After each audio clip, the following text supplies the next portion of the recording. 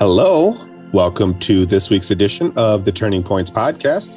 We've had a little bit of a break, and we had a new podcast after about 4 weeks of not doing any interviews. And Katherine Bell, who is, I don't even know where to start with her. So why don't you start with Yeah, right. She's a dream interpreter, but she also she had a degree in astrophysicist, but basically Katherine is the host of a podcast called the Dream Journal. It's a weekly hour-long live show featuring interviews with dream experts to spread information about the power of our nightly dreams. And we just had such an awesome conversation that we're probably going to interview her hopefully again in next month, and actually because we wanted to go into our dreams. But I had a lot of ahas in it. It was just a wonderful conversation, and I'll link all of her with the way to contact her and listen to her podcast. And she's had a radio show, all these things. And it's been her spiritual practice, basically her entire life is interpreting her dreams and helping others. Yeah. Towards the end of it, after we, stopped the interview, I told you I almost yelled at you because I didn't realize we were as far into the interview as we were. And I thought we were only about 30 minutes in, and we ended up doing about 90 minutes. So it was just captivating. And I really enjoyed the ride. I think all of us had a really fun joyride, just, kind of processing this whole conversation that we had together. So it was really fun. Yeah. Enjoy. Hello, Katherine. Welcome to our podcast. So glad to be here.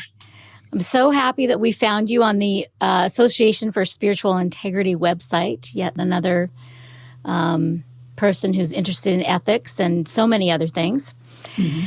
So we'll just dive right into our question. Many seekers can recall that point in time when they started to kind of question their childhood conditioning, their belief systems. So do you recall when you became a seeker? Well, that is such an interesting question. I've been mulling that over, after seeing some episodes of your podcast and thinking about my history. And it's interesting because I feel like I've been a seeker for a long time, like most of my life. There definitely are certain turning points that I want to hit, but I wanted to start out with a dream that I remember from very young age. I might have been 8 or 7. I don't even really remember but it's just like this dream image that's so vivid in my mind. And in the dream, I'm in this crazy town where everybody is broken, like at the waist, and so they're like walking around, hanging upside down, and yet they all have these grins on their face. They're like, yes, everything is fine. And I'm just watching this. This is the dream that I had, and there's something for me about, wow, people are really broken, and they're just pretending everything's fine. And, me too. I mean, I adopted that because that's the culture I grew up in. That's the culture we all grew up in. Whereas you hide your brokenness. You don't let that show. And so, but I remember this going, this is really odd. That's just is this different? Am I different from other people? Or is something going on that nobody's talking about? It was like a grand conspiracy, almost kind of a thought. And it kind of went in, and it stayed with me. I have 4 or 5 of these childhood dreams that just really stuck with me. But this one really goes to the point of turning points and childhood beliefs. And there was a way that sometime after that dream, I kind of got myself swept up in the flow of hiding everything, hiding my true self. And I got so good at hiding my feelings that I didn't even recognize my own feelings. And so I got to be pretty numb for a long time. I just knew I was unhappy, and that, from probably age 10 through early 30s, really, I was extremely unhappy. I was very functional. I could get things done. I was in school. I went to grad school. I got a PhD in astrophysics, and so I was functional. Yeah, and I can get things done, but I was just okay, life sucks, so I'll just keep going. There's nothing here, and I just assumed that everybody else was having the same kind of experience. But I was very unhappy. I was suicidal, on a kind of a low level, but for a long time, and it just kind of took. it took my dreams to really start digging me out of that hole. And one of the things that happened is that I think it was a huge turning point for me in my dream work and in my personal experience of life is when I was 42. I had a 1-year-old baby. I was married, but it was not going well. The marriage was not that great, but I was kind of doing the thing like, I'm fine, I can handle it. And okay, now I got a baby and I'm fine and I can handle it. And I'm so good at ignoring my feelings, like my literal physical feelings, that I had a pain in my gut that I ignored. I'm like, I'm fine. It hurts. It's fine. I'll be okay. I was on vacation up in Oregon, and I was so determined to not feel my feelings that I ignored the sensation long enough until my appendix ruptured. 3 or 4 days. I almost died. The doctor was like, that was really close because people die of that. Yeah. And, it was a huge wake up call. And I was alone in the hospital because my family had to go home because the rental was over. I don't know. Everybody went home. And I was alone there for 9 days in the hospital fighting for my life. It was touch and go for quite a few days. And I just really, as I started to come out of the haze of this, all the anesthesia and the morphine and all the crazy things going on with my body, I just had this like cold feelings like, wow, I really abandoned myself. Like, it's not, it was ignoring my feelings, and this is a consequence. And you can't just carry on and pretend everything's fine forever. So, I kind of like ended up living the dream that I'd had as a little girl, and that was a way that I was broken inside. I mean, really at the gut, which is interesting. In the dream, people were broken like at the waist, at the gut, and that's what ruptured was my appendix. But it was just such a wake-up call because it's like, wow. I mean, it's one thing to think, oh, I can handle it, I can suffer, I'm tough. But, I realized I didn't want to die. Funny that. I'm like, no. I'm like, wait a minute. And it just brought to light all the things in my life that I was pretending were okay, like my marriage and, just this numbness and being unhappy. Like I was pretending that was an okay life. And I'm like, no, it's not. It's just not. And it really woke me up. It really kind of shook me and went like, wow, this has got to change. And that was probably in your 20. No, you're 42. In your 40. Oh, wow. Okay. Yeah. So it was pretty. I'd already gone through a lot of life, pretending everything was fine. But even being a seeker, I knowing that there's more, and just wanting, I did a nonviolent communication. I took a ton of classes of that, and I learned how to communicate, which was valuable. I did a bunch of Enneagram classes, and I learned how to type people. And I was very curious about psychology and how to understand people, all as ways to understand myself. But I just felt like a black box. No matter how much I was rapping on the door, I couldn't get into my own skull or my own heart. I was just like a seeking. I was trying to find a way in, but it was when I, had this experience of almost dying that I finally something opened in me. I'm like, okay. The seeking has to start inside. And that's kind of what I was thinking is a lot of the things you were interested in were sort of outside, which is fine. But it's so many people do that. All of us do it, is avoid the self work until we don't. Now, were you into dreams already at this point, or? Well, I've been fascinated by dreams all my life since I was little, even that dream I mentioned and some other dreams. And my mother actually modeled it, that she would occasionally come down in the morning and talk about one of her dreams that she had. And I was always kind of fascinated by that. So I've been interested in dreams for a long time, but it kind of was in the back burner. I was doing some psychology sessions. I was a psychologist for 3 or 4 years after a partner of mine had died, a lover had died, and I was really sad and I wanted to work through some of it. And I stumbled across this book by Jeremy Taylor about dreams called Where People Fly and Water Runs Uphill. And it's all about dream groups. And it's just like a light went off for me. I'm like, oh, wow. Oh God, there's a way I can like explore these like weird things that would come every night. They get these weird images. And it just kind of like a light bulb went off for me. And I did have a dream group that I was part of for 12 years. We met every week. And this was even before my appendix ruptured. So I was still working on trying to go deeper, trying to open up the door, trying to find out what's inside. And the dreams were part of my tool, but it wasn't until I was ready to open that I was able to go in and go deep and really start to make changes. Yeah.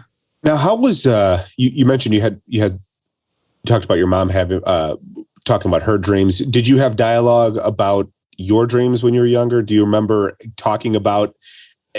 Did you express that kind of the emotional experience you had when you had that specific dream that you mentioned as a child? Did you have dialogue about that, or was it just kind of, oh, it's just a dream?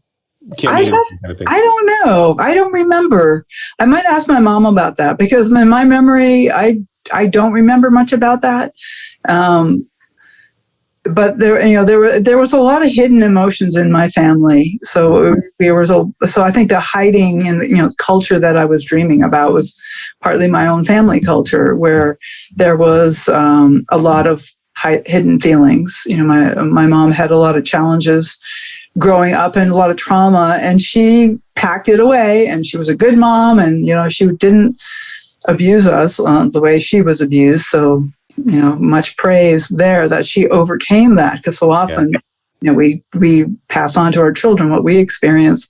And, but there was a lot of holding back. There was a lot of ways when I felt like she was not expressing what she was feeling, because for her it wasn't safe. I mean, literally not safe. I remember only one time that I actually got spanked, and it was like this.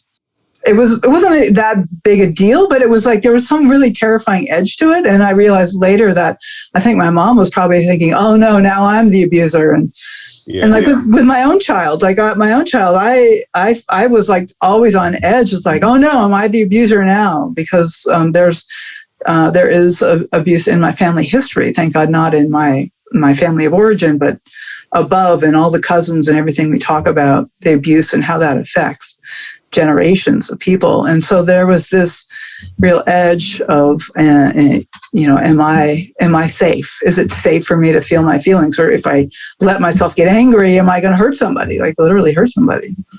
Man, that's so interesting. It's kind of bringing to my mind that, the amount of fear and passive aggression and these hidden lives that we have, even as children. You're talking about a relatively aware child that you were, you were obviously present to your experience, and you have a memory of being present to that experience. And, something seemingly small, like a dream like that as a kid is a monumental, trauma point. It's a point of fear or confusion. And that's something that you carried with you for a really long time. And isn't it, we talk about families being this safe haven. And I think so often it's really not. It's portrayed like that. And that is kind of, reminiscent of what you're talking, people are just ignoring the problems and calling it a safe space. And that obviously doesn't generally bode well for anybody, really. I love what you're saying, Sean, about just saying something's a safe space doesn't make it safe. Right. And that kind of ties in with my some of my current work around ethics and ethics and spirituality, and that you can say, "Oh, this is a safe place." You can share your feelings, but that doesn't necessarily make it true.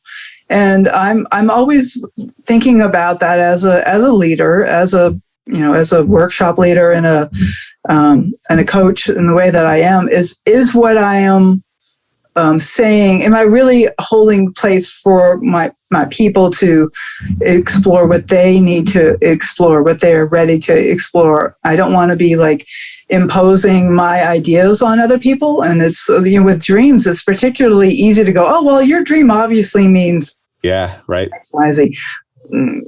But, we don't know. There's a saying in the dream community, which is only the dreamer knows for sure. Yeah.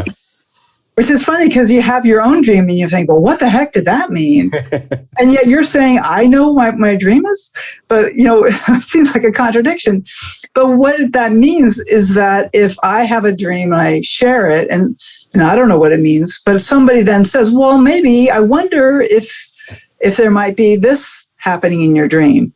And I might go, no, that's not it. Or I might go, wow, that rings a bell. That's familiar, They call that the dreamer's aha. And it's often like this physical bodily shift. And I might go, oh, that sounds true for me, even if I don't intellectually understand it. Yes. I've experienced that very much so. Sorry, there's a lot of things that you said that resonated with me about, safe space and that aha moment, because, I think one of the things in creating a safe space is being vulnerable and expressing and sharing your, we'll call them traumatic experiences, or, any emotional experience that you had that either kept you from seeing your truth or, manifested in some kind of a negative way in your future. I think leading the way with being vulnerable is a great way to start with, actually having that safe space. And I think, I don't know that parents all the time understand or feel comfortable being vulnerable to their children in a lot of situations, because, you're supposed to be a leader, you're supposed to know what to do. And that was kind of something that I lived with was, oh, my parents know everything. They're, especially my dad, like that's the hierarchy, right? Right. and then as you get older, you realize like they were barely holding on sometimes, they didn't have it all figured out. And I know that because I'm barely holding on sometimes, right. I don't have it figured out. And, we think that as a weakness, because you're supposed to know, no, I'm learning how to be a parent as I'm teaching you how to be a person, as a child. And I think if we were a little bit more honest about what's really happening in that relationship, there would be more of a safe space. Yeah. And then also, sorry, I just on that dream state. This is great. That has been my experience where, even when you say your dreams out loud, it's like, I don't know, even if I'm saying what really happened in my dream out loud, if I'm even accurately, unfolding what really happened. But then there are those times, and Corinne, I'm sure we've been in the situation where Corinne would kind of, knowing me so well, be like, I'm wondering if maybe that might be the thing that's manifested, and then it's like, fuck, that is what I'm dealing with, and it is somehow flooding my subconscious dream state. And that's that intuition I think we all can develop of knowing what's resonating with you or not with you. Well, we can help each other that way because we have blind spots, which are specifically put in place to keep away the really vulnerable stuff. And yet that is where the juiciness is, because that's why we're keeping it away. When I do my radio show, I made the deliberate choice of being vulnerable. And so I start every single episode sharing my own personal dream moments that's happening for me, like, what I'm really working with in the next week, in the last week, and the dream I had the night before, the dream I had 3 nights ago, and just kind of thinking out loud about what it might be bringing to me, and just kind of like confessing really what's coming up for me. And it gets to some edgy kind of places, but I'm like, well, here I go. And I'm hoping that inspires the listeners to kind of try that with their own dreams. Just think out loud with them a little bit. And then I think the guests are more comfortable sharing their personal moments, since I've already shared some of mine. And I do that in my groups too, actually. When I start a group, I always start off with a check-in, talking about what's personally going on for me. And, I always have to do a check. This is always, it's not narcissistic here. Like, I want to share the bad stuff as well as the good stuff, because, that's where we can really learn from each other, is by, confessing and talking about the things that are difficult, things that are not going so well, but that I'm getting clues like, wow, maybe I'm starting to see how often I do this, and wow, this is really amazing. That I shut myself down or whatever it is. That we can reverse the patterns. Yeah. It's so beautiful. I love to hear that. A songwriter, famous songwriter here in Nashville told me years ago, she's like, Corinne, if you write about personal experience, people are always going to resonate because we're all the same. All over the world, we have the same emotions. We want the same things. We want to be happy. We're vulnerable. We struggle with the same things. And so, and I think especially in workshop and spiritual teacher, even that community, that workshop setting, there sometimes is a tendency to have the teacher on a pedestal and think that they've got it all figured out. And it's such a beautiful opening. I try to do the same thing when I'm leading a workshop or even in my newsletters is just really share authentically what's going on, because then it takes the pedestal thing down too. Because one of my prayers every day is above and beneath no one, above and beneath no one, immune to criticism, fearless in any situation. That's actually a Sanskrit thing. And, so it's beautiful. I love it. And I love that you start your radio show. Yeah. Like that. That's awesome. So maybe we can talk about our dreams. Totally. Yeah. But yeah. I do before we get into that, I do want to, because you kind of left us hanging with being in the hospital and being broken. That one. Yeah. Yeah. So, for me, the big wake up there was to realize I was unhappy in my marriage. Like that was like kind of the top level takeaway of what needed to change. And I come really late in life to relationships. I mean, relationships are hard for everybody, but for me, they were very hard. And I had, I had my first boyfriend at 24. And so it was like everything was kind of delayed, and I got married at 36 and had the baby at 41. And so it was like a long road for me to even open up to that. But it was just not working. And I realized I needed to build myself up and to give myself give myself a break and not beat myself up for beating myself up. The problem with shame is that we can give ourselves shame. Oh, there I'm in shame again. Oh no. And then I have shame about being in shame.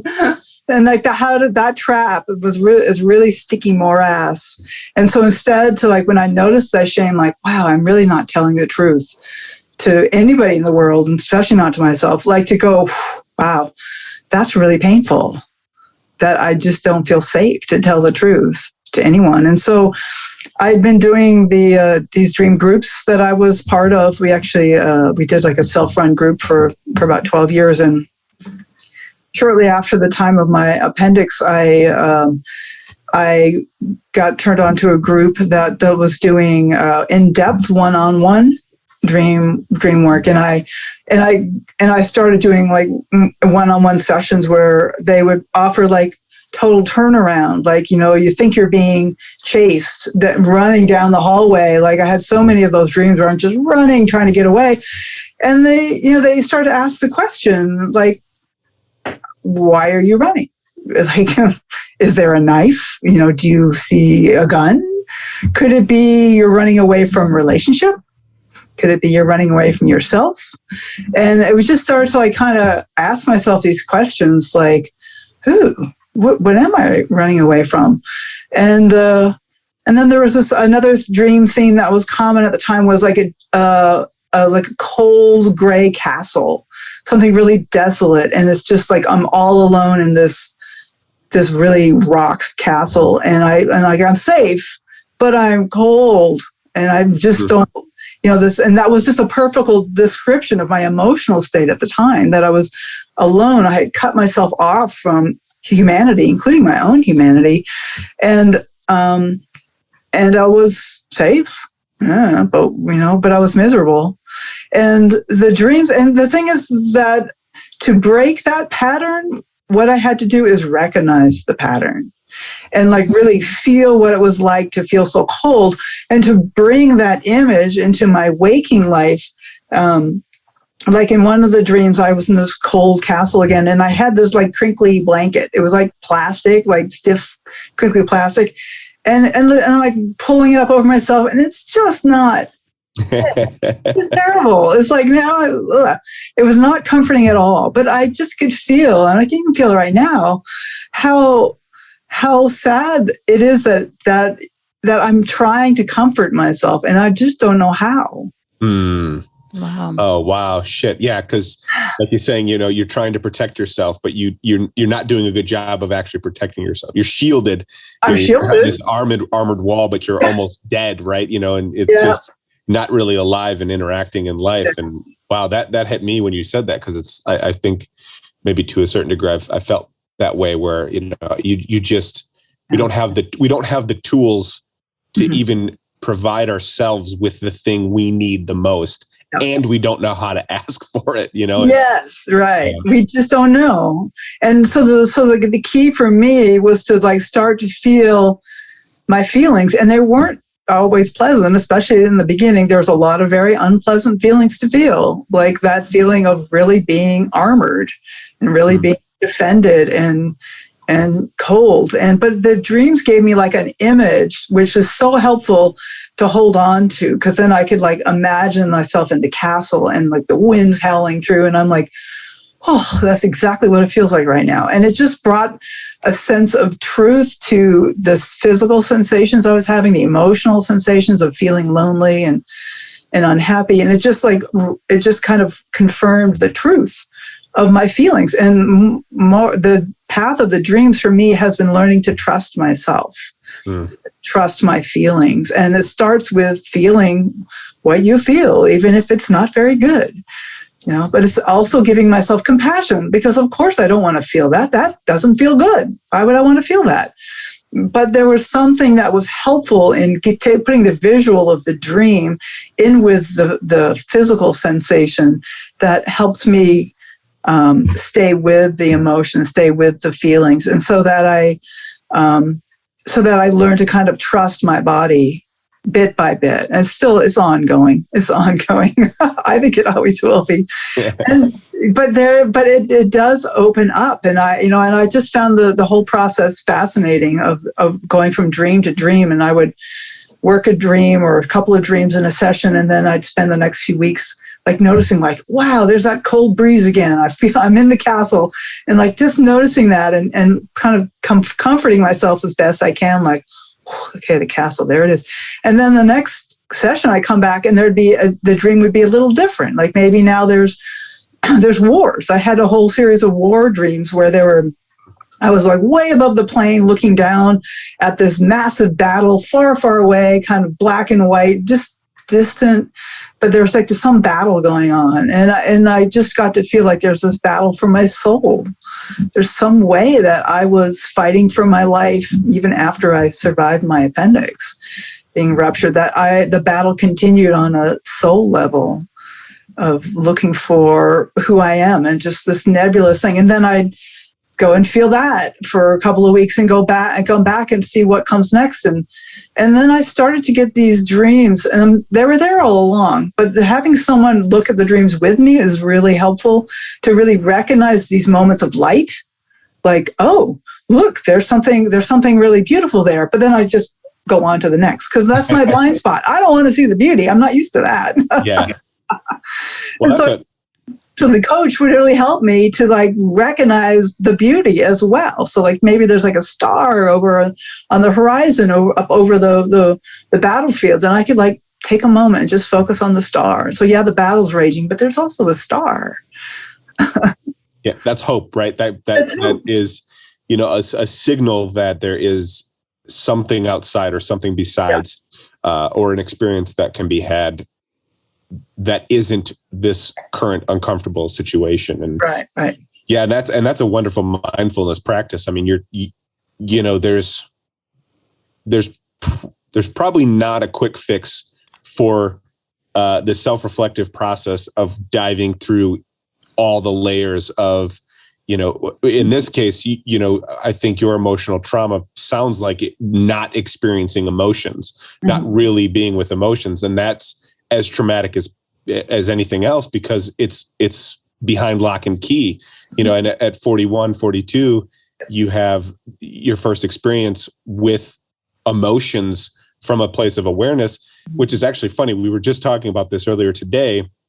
Corinne was talking about somebody that she knows who just had this experience where they were describing they said they had this new experience, right? And the new experience they were describing, and Corinne goes, yeah, that's called empathy. And they hadn't felt empathy in their life really, or at least a resonation with somebody else's emotional state or experience. And that it's funny that we're having this very parallel conversation, because we talked about ethics a little bit before we started, and allowing people their experience.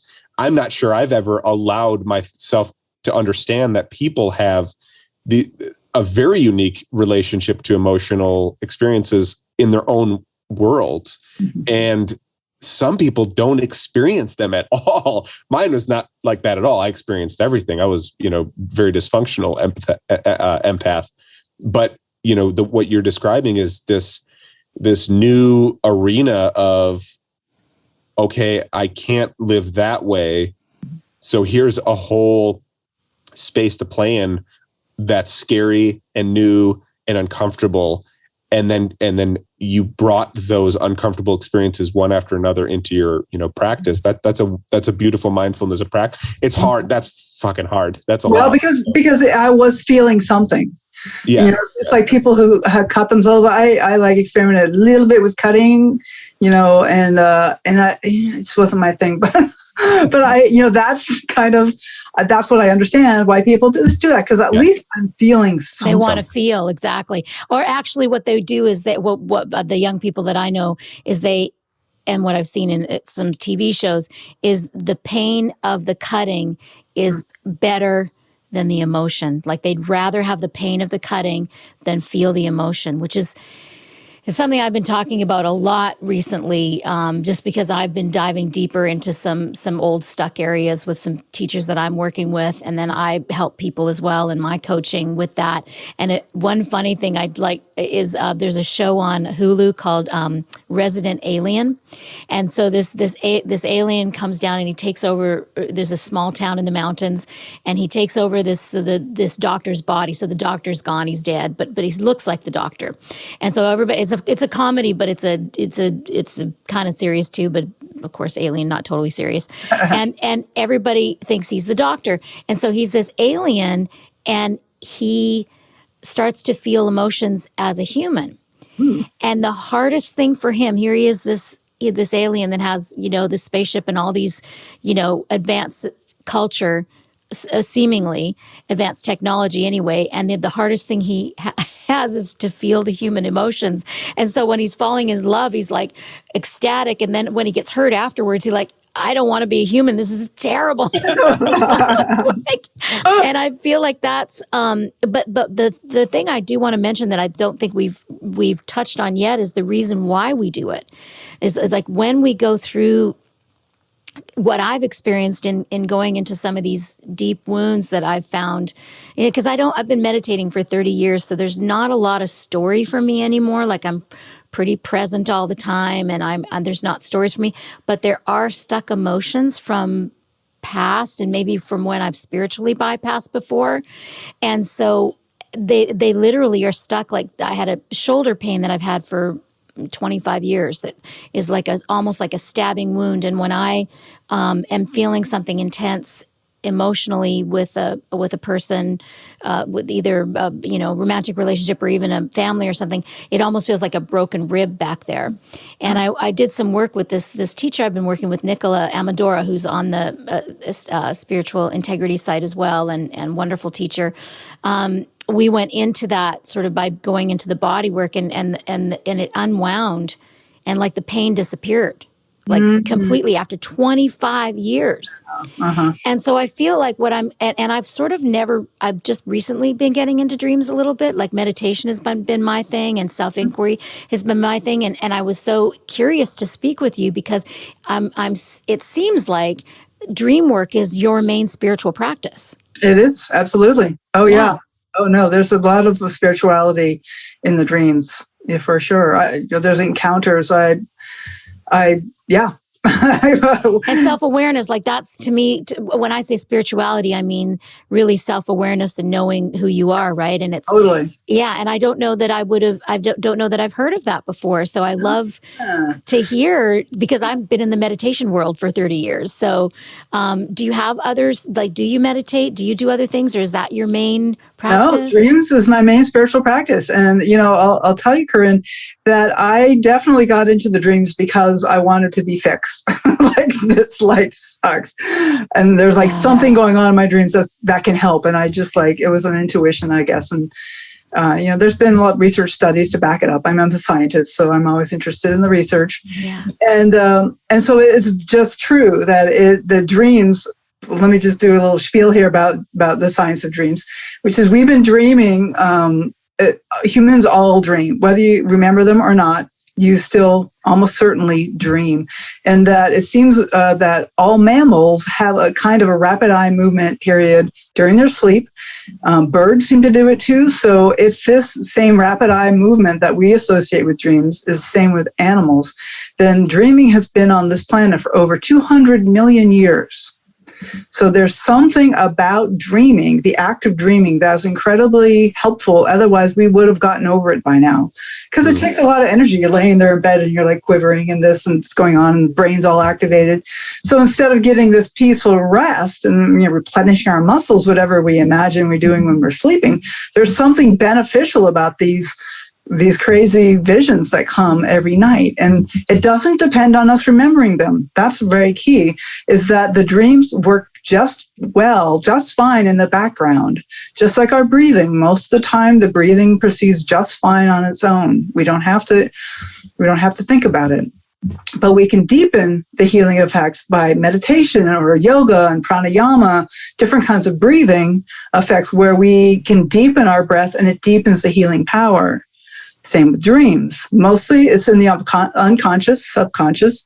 Doesn't matter whether we ever remember them. But if we do remember them, we can work with them or open them up and enhance their healing powers. So that's... I mean, thank you so much for sharing that, because I'm just having an aha, because I feel like I've been in a bubble, obviously, not knowing about this. And I love hearing your stories. And funny enough, I've recently been dreaming, of course you said we all dream. And so I've known I've never really remembered my dreams much, maybe one a year I would remember. And I was usually pretty introspective, like, okay, what could it mean? And I would get messages, usually ones I remember, there's usually a message for me, which I love. But recently, the last couple of months, it's but every night, and it's big ahas, and it's oh my gosh, and that's a whole new world. So and I'm talking to people too, my friends and my clients and stuff, they've been dreaming a lot more too. What's going on? Have you noticed that? Oh, well, I dream pretty steadily. I have a lot going on because that's where I focus my energy. Right, I just wanted to say that one of my favorite references for this kind of thing in a very easy introduction to the science of dreaming is called Why We Sleep by Matthew Walker. It's mostly about sleep, but there's two, Sean. I heard a podcast with them. Sorry, I didn't mean to cut you off. Yeah, that's good. Yeah. Matthew Walker's wonderful. I think Sam Harris did a podcast recently with him. And he spends a couple chapters just talking about dreaming, and he just nails it. And it just talks about why it's so important for us. And then one of the couple things that dreams do for us is they help us balance ourselves out emotionally, and they help us make decisions. And they all help us with ethical choices in particular, which is interesting. That the studies they've done show that the dreaming is particularly helpful in those three areas. But I wanted to also talk a little bit. We can circle back around. But I wanted to talk a little bit about the spirituality of dreaming.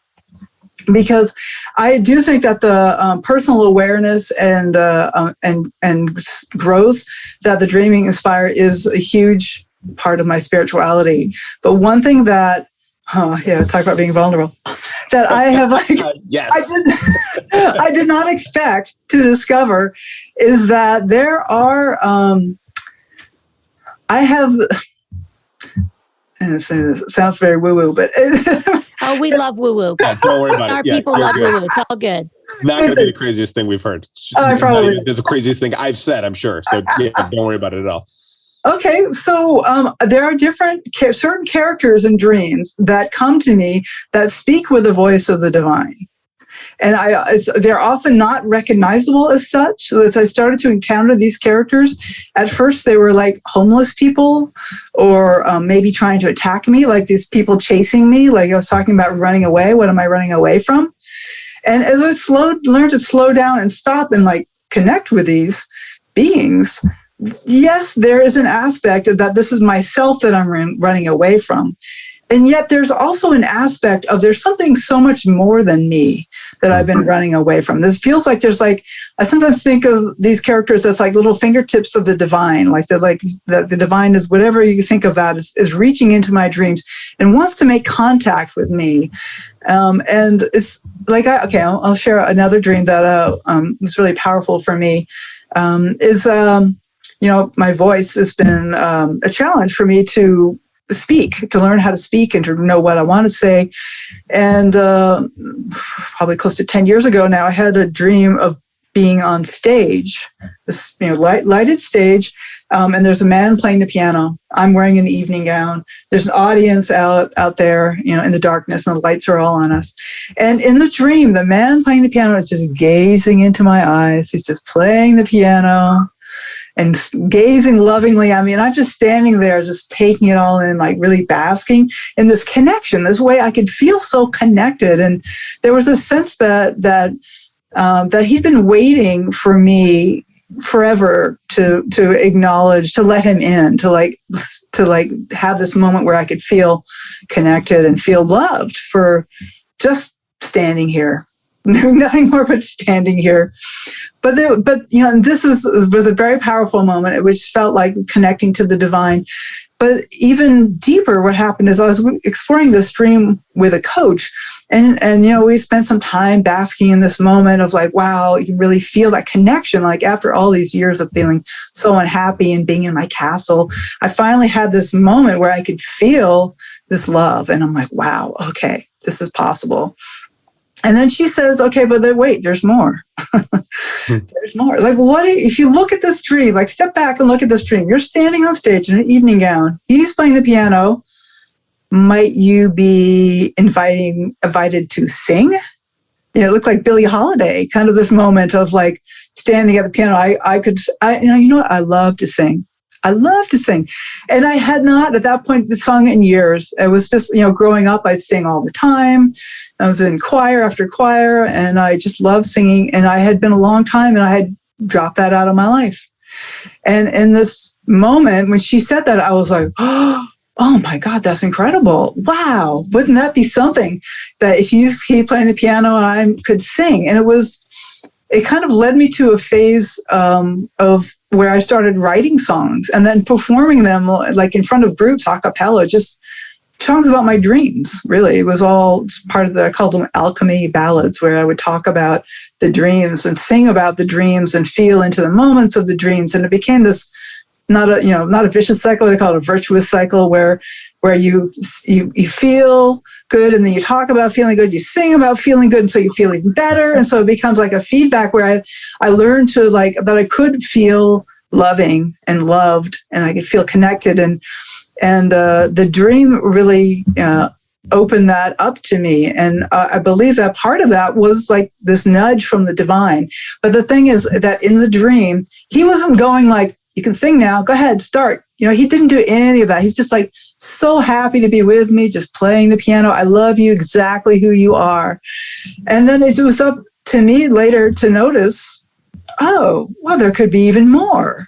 But the thing is, the unconditional love, I mean, that is such a feature of the divine as I believe it. that I get that feeling, I wouldn't say often, but I get it regularly in my dreams now, that that these moments where I can just like feel this connection, like this moment, like, okay, everything's all right. And I feel like that's helped keeping me connected to the divine.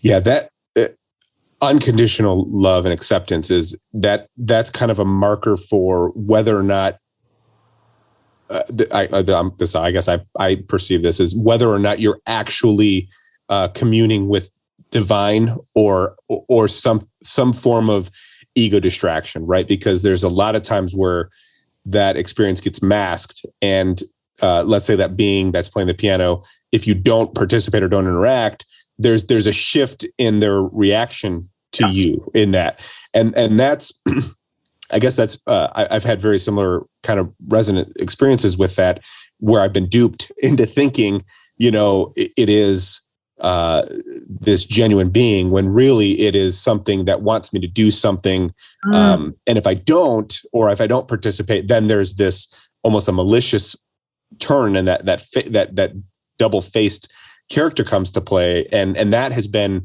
a tricky process of walking through intuition and what of these internal experiences to trust. And if I may, because you said you were vulnerable, sharing kind of the seemingly woo-woo aspect of that. And I find that interesting, because I think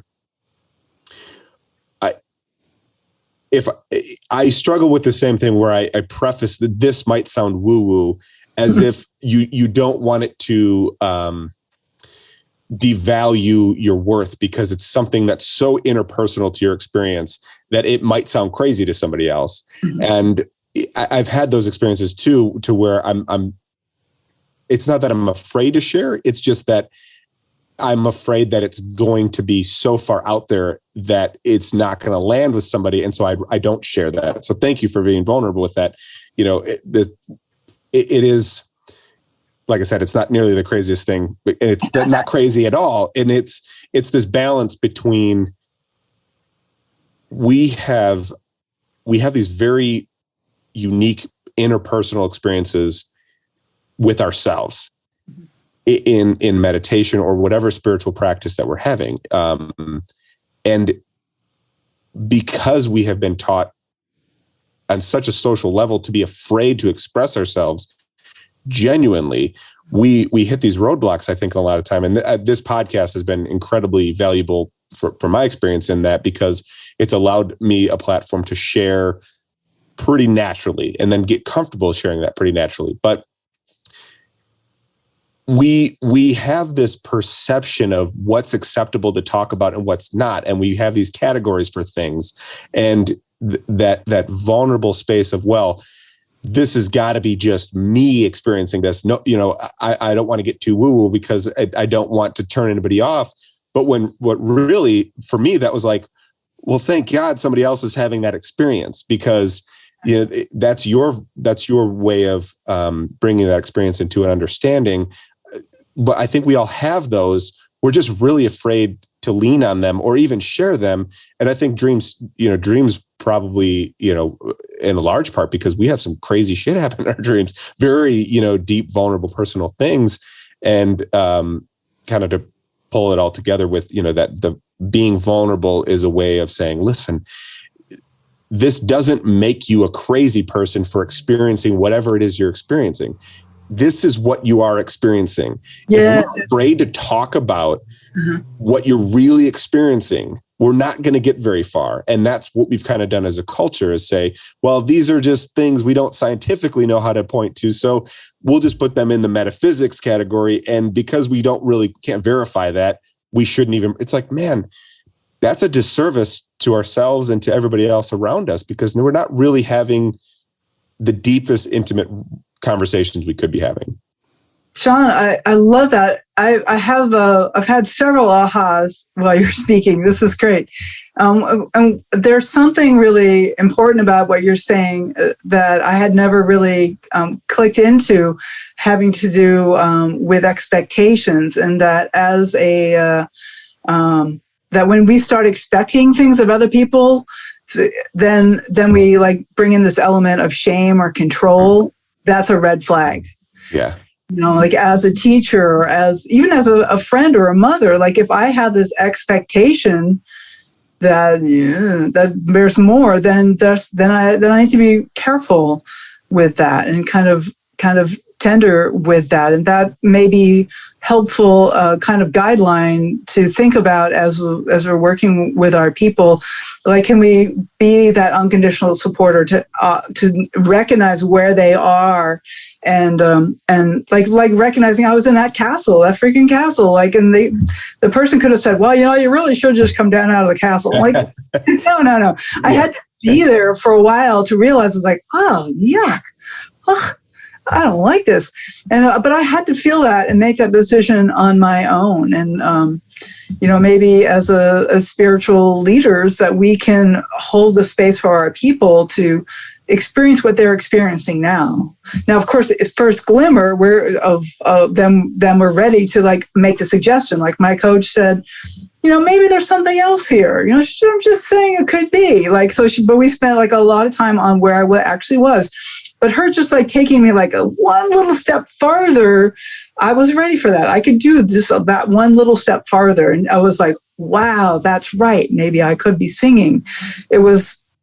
So we want to lead our people just like baby steps, because mostly the compassion is for what is really happening right now, the unconditional love. And then if we get to this place where, well, you really should, then there brings shame into the relationship, and it may like give us an ego boost because, of course, we know what they're supposed to do. Yeah. A red flag. Yeah. Well, and it's an invitation to experience anything more about yourself, and it's like being that character who's playing the piano. It's an invitation to experience joy with that being. Yeah, that's it. Right.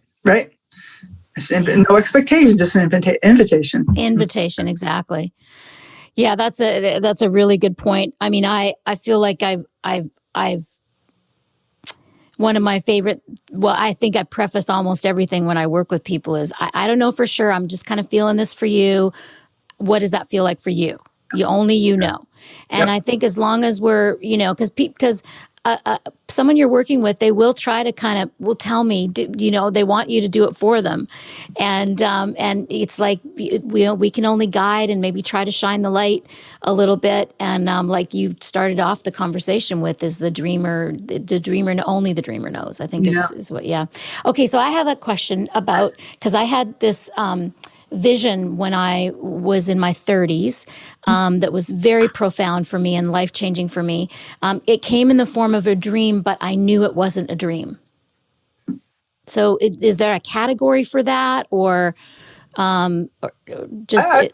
It comes from the same part of who we are. So I would, you can work with all kinds of things as if they were dreams, even waking life situations. Like people use psychedelic situations or spiritual visions, or even like something weird happened to me today on the way to the grocery store. Like that, you can work with that as a dream. I see. Yeah. So you're using all those metaphors and feelings and getting the messages. Okay. That's cool. Mm-hmm. I like that, because I certainly, it's so funny because I do that naturally with everything else, except for there was this block, I guess, just because for whatever reason, I just didn't remember my dreams for whatever reason. And now seems to be more of an opening, but I'm just fascinated by this. It's a whole new understanding for me with this dream. How about you, Sean? Are you? Yeah, well, and that's I didn't until you just said that. It made me realize that I think we're using the term dreams and we're isolating it to a very specific experience of life while we're sleeping, and what it sounds like you're talking about is that. Man, bear with me as I try to define this. But the dimensional space of, because you can't even call them thoughts, because they don't feel like thoughts sometimes. They feel like they even feel like they're from outside of that space where, your mind is just working. It's almost like a logic board. That's what thoughts are to me, where they're so repetitive and then a new one comes in, but it's the land of epiphany. Let's call the dream state the land of epiphany. because That's great. that happens. It's weird how that can happen, in such a three-dimensional way. So as an audio engineer, this happens to me in so many strange situations where I'll be working. So I'm paying attention, mixing a song. And obviously, I recognize these thoughts. Usually they're all distractions, and it's, I got to do this, or my chore list or to-do list, or what I got to do tomorrow, blah, blah. And that's my thought land. And then within that, there's that dial. It's almost like I'm talking to a whiteboard of beings. You said you kind of isolate the beings. Mine, they don't say much. They just give me these looks of like affirmations, or these smirks of like, really like that. I get more of these like kind of facial features. But from that land, there's this idea or concept or vision that just breaks all of the minutia of what I'm doing, all of the thoughts, and it pierces that completely. And it's just this flooding of, it's, people call it a download in a lot of ways.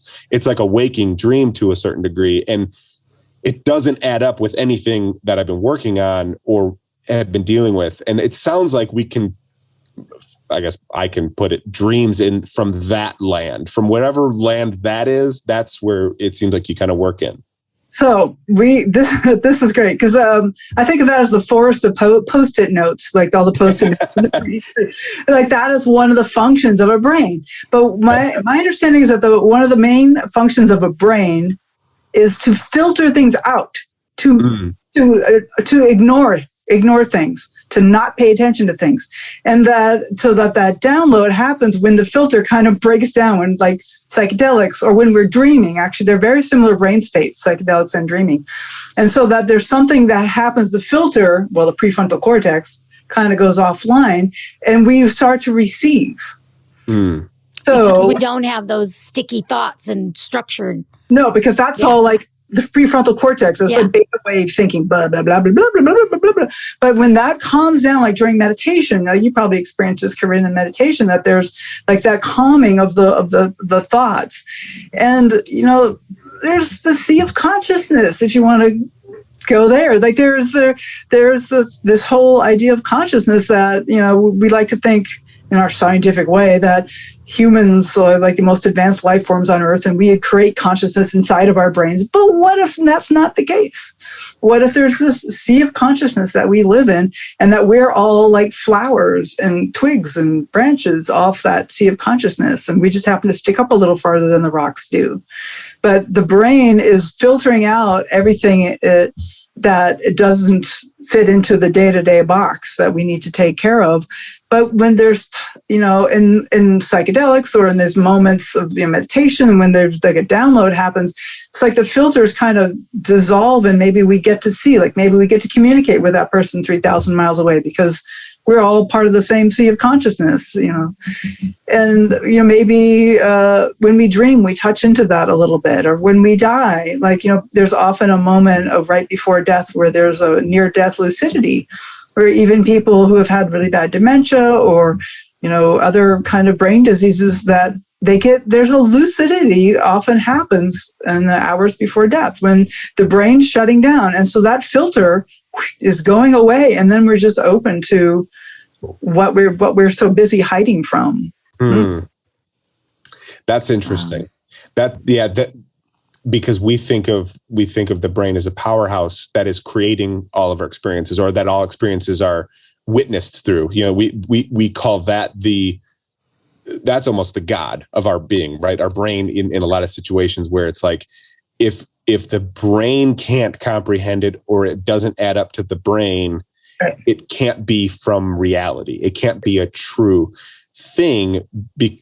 But that doesn't explain why we have so many experiences that are outside of the reality, and why so many, and I think to the point you kind of touched on, where this has been happening for millennia, where we biologically, and I think this was, I'm not going to remember the gentleman's name you just mentioned, who has a book about sleeping. Matthew Walker. Yeah. From what I understood, you mentioned specifically about dreaming, but even sleeping from an evolutionary standpoint is such a strange thing we've adopted through evolution. If it was because it's so dangerous, and it had been so dangerous for us to sleep, and it's so dangerous for all animals to sleep because of how vulnerable you are, and yet it's still happening and it has not been erased from that evolutionary tool set. It must be an incredibly profound, important thing. Even extremely primitive organisms like multicellular clusters like paramecium, they have periods of sleep. So there's something that's like vital about that. Yeah. Some exchange that's happening within. I'm sorry, Corinne. I don't mean to keep cutting you off. No, not at all. Some exchange that is happening in that time, and we want to know. Well, who is it? Who is the exchange with? Well, it might not be a who. It might not be a thing that we're exchanging with. And I think when you kind of sit in that space more often, you feel very much more comfortable, like, I don't know what to call it. You call it the sea of consciousness. We can call it whatever you want to call it. But that space that we're interacting with, it feels undoubtedly true. And it seems so real. It seems more real than even the physical reality at times, that it's not something we should dismiss. So. I agree. I think there's way more going on than we understand, and I'm okay with that. But it's exciting. It's like, well, what is coming? What is the truth? What is really happening? But you really get that working with different people, and that as you see their dreams, that each person has their own perspective on the world. And I sometimes feel like I'm peering in through a little window, like, what's it like from this window over here? And it's remarkably different from person to person what the world is like. And because the dreams are so free form, they really can bring out a lot of those differences. And that's just like these humans in a similar culture, and yet, so we're only seeing like little bits of reality, and there was so much more that's happening. As like, what do our dogs see? What does the paramecium see? What do the stars see? I mean, it seems like there's a lot of different perspectives, and dreams are just like kind of the tip of the iceberg, I think. That's what I'm sitting here listening to y'all, and I'm like, there's so many downloads and things that are coming together for me right now. It's like, we started off talking about the emotions and the human being broken, and I feel, and there's this mapping that I give to people when I'm coaching with them that this lady does on YouTube and on a TED Talk, and it's different than the usual mapping. Is she has people draw, because what she says is that when we think of a dream we want, that's that creative, juicy side of the brain, the creativity, and we think about the dreams we want, and then there's the critical side of the brain that comes in and says, oh no, you can't do that. But when you draw, it makes it more coherent. And so you draw where you currently are, and then you draw your future where you want to be, and then you're creating some coherence, and you're not letting that critical part shut down your dreams. And I feel like that's what the dreaming and also the dream state, because you talk about we get messages all the time, and is it's bringing everything in line, like the emotion and the feeling and the vision about it. Because you think about it, a dream, it feels so real when you're in it until you wake up, and if it's a powerful one, it's like in your cellular, and you're getting it. If you decide to focus on it, you're getting it in the cellular way and embodying that lesson. Where, as sometimes, as you talked about, we cut off our emotions. We don't want to feel our emotions. So when we go offline, the analytical, fearful part of us goes offline. We get these downloads, and then we embody these. And I think about all the dreams I've had, and that's what they've done for me. Is it embodies it, wakes it up in me. Mm-hmm. Mm-hmm. It makes it real. The whatever I'm trying to process or get through, it makes it alive within me instead of pushing it away of things that happen in real life. I have to tell you, I have to send you this song that I wrote years ago called "Who's Dreaming This Dream." Ooh, I want to hear it. And I had a vision right after 9/11. It's like, because I worked with Deepak Chopra for many years, and he used to say, a common thing for him to say was, this life is very dreamlike. When we wake up, when we die, this that sort of is more real, and this is very dreamlike.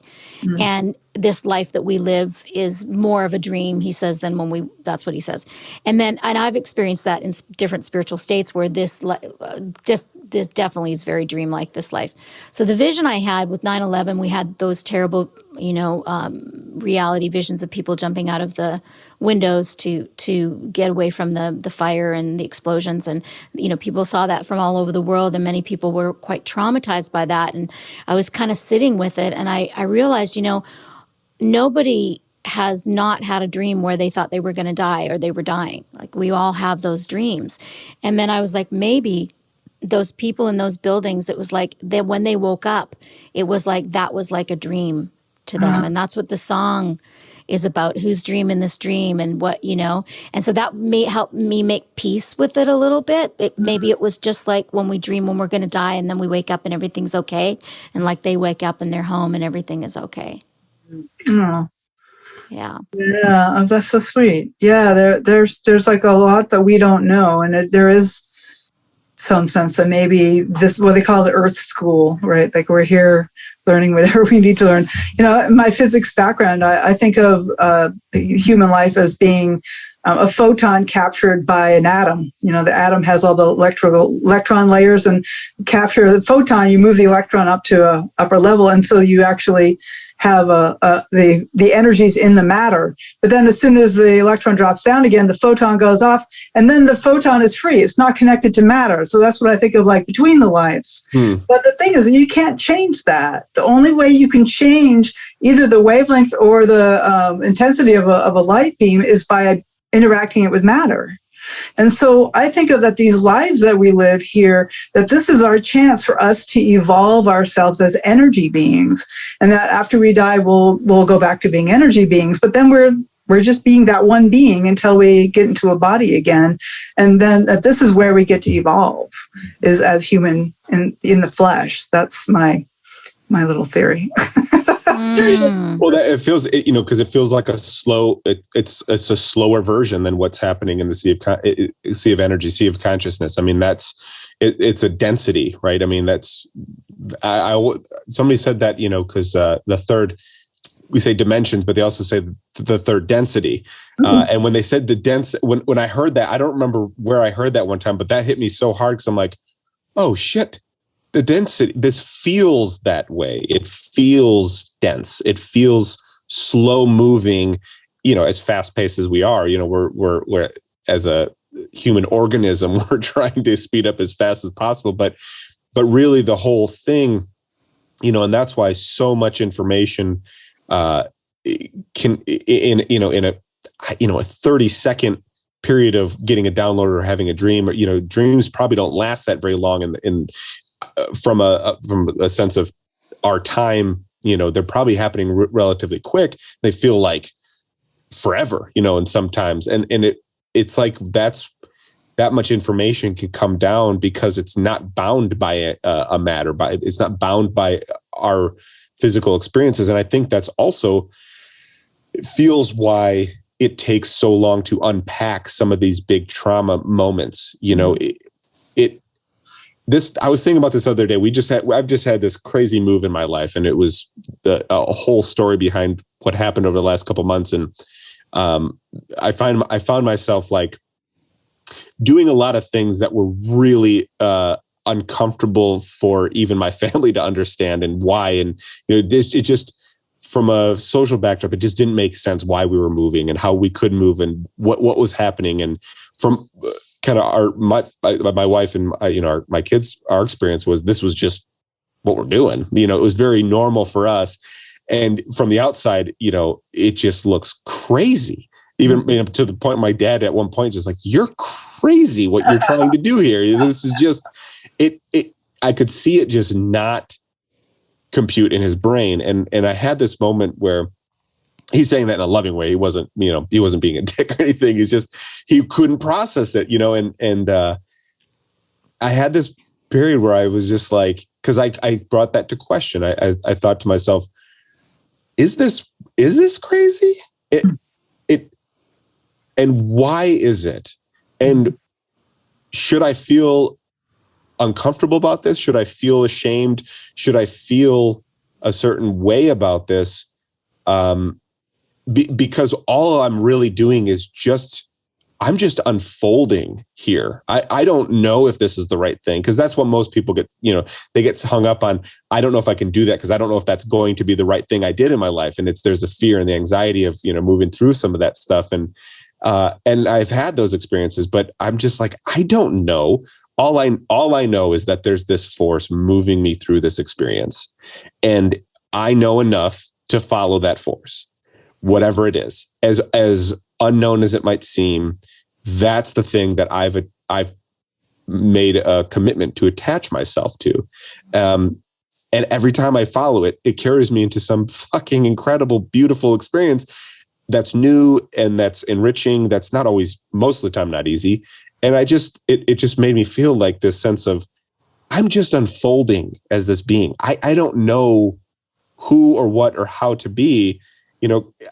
I do feel that trapped sense of like, I'm trapped in this matter, but I can either feel trapped or I can use that as an opportunity to have the experience and transform that state that I'm in. And so, okay, let's go that route, and that's kind of when you said that about the physics example, it's like, that's what it feels like in a lot of ways.